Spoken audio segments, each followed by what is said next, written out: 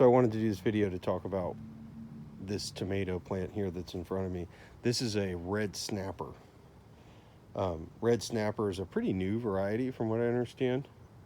And as far as disease resistance package, that it's maybe the most, it has the most resistance to disease of any tomato that I've seen.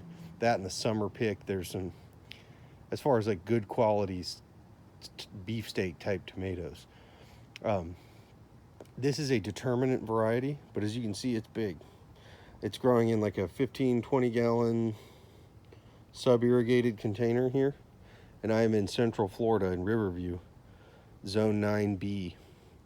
The red snapper this is an awesome tomato.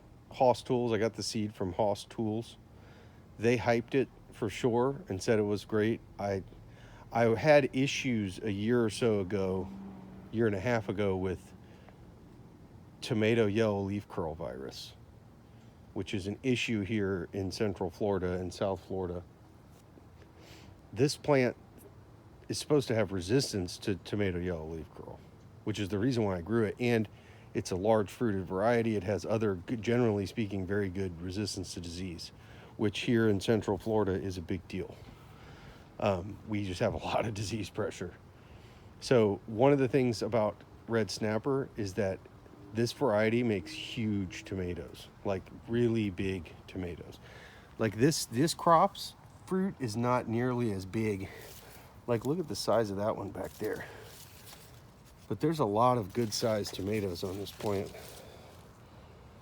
And it's loaded with, there's a bunch of them in there. And you can see the plant's probably 4.5 feet tall. And this plant these ones did not do as good. This plant did not do as good as the ones I planted in the spring. I didn't take as good a care of these plants. I didn't feed them as much. They didn't get quite as much TLC. We've been busy this fall. But flavor-wise, it's a really, really good tomato. You do need to let them get more ripe before they really reach their peak flavor, but they keep a long time on the shelf. They have just like a good classic tomato flavor, that nice deep red all the way through the middle. And they're super productive. Like, it's not the determinate tomatoes, you're going to harvest most of them right about the same time in like sort of like a 2-week window. But you can see this one starting to blush right here a little bit.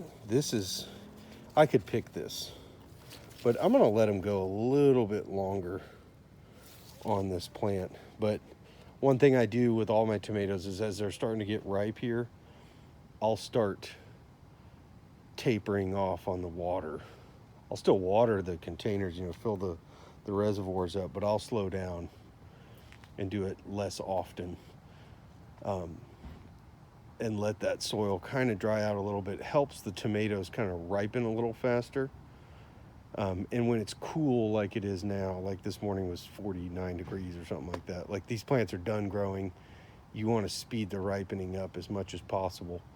And again, it is just after Thanksgiving here. So these seed were started this first week of August. I sowed the seed, and it's now, again, November the 26th or 27th. And these are just about done. About another week and they should be pretty much all ripened up, because as soon as they start to blush, they go quick. But red snapper is an awesome variety of tomato.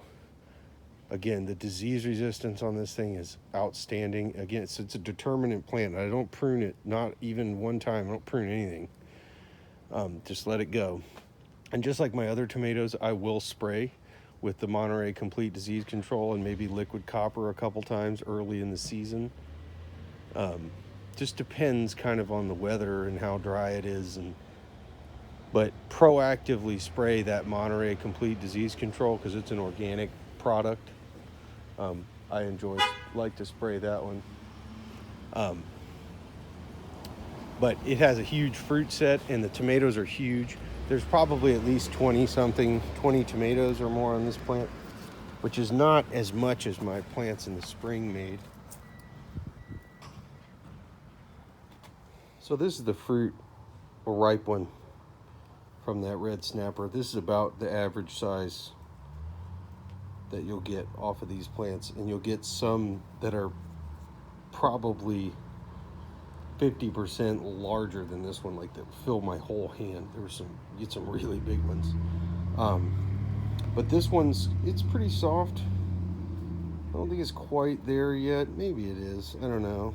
I'm gonna let it go a little longer before I slice into it. But you can see they're more that orangey red color than the purple boy.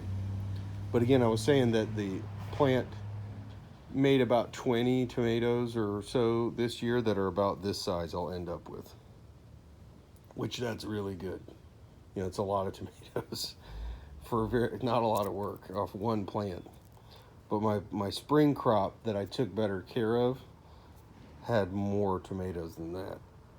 And I got a bunch of really big ones. I probably got 10 that were big ones. But yeah, red snapper. My plants in the spring that I did take a little better care of, I didn't have. I mean, they were sowed the seed in the 1st of January, and I took them out like the 2nd week of May, and they had no yellow leaves at the bottom, none. I mean, they were completely good to go. The disease resistance and the vigor of these plants is so far beyond that of, you know, your regular non-hybrid varieties. You know, and the same thing with the purple boy. This is not a GMO tomato. It's a controlled pollination hybrid. So don't think that a hybrid tomato is a GMO tomato. GMO tomatoes really don't even exist. So don't believe that. You can grow, yeah, you can't save the seed necessarily, but the seeds are not that expensive. This seed is way more expensive for this one than other tomatoes. They're probably like $8 for a pack of seed. But this tomato grows, I mean, I get the production of this tomato is 3 or 4 times that of anything I can get at Lowe's or any heirloom that I've ever grown. So I only grow these hybrids anymore. I don't even fool with the heirlooms because they're just not worth it. Like, I can get tomatoes like this, a whole bunch of them, and they're outstanding. They're really good flavor. And so like I said, red snapper, if you live in Florida, this is a tomato that you need to grow. This is just like meat and potatoes type, you know, ham and egger right here. This thing will grow tomatoes. You will get a big set of good tomatoes reliably. So again, there's your ripe fruit, so you can see kind of how it looks. A beautiful tomato. So yeah, red snapper, check it out.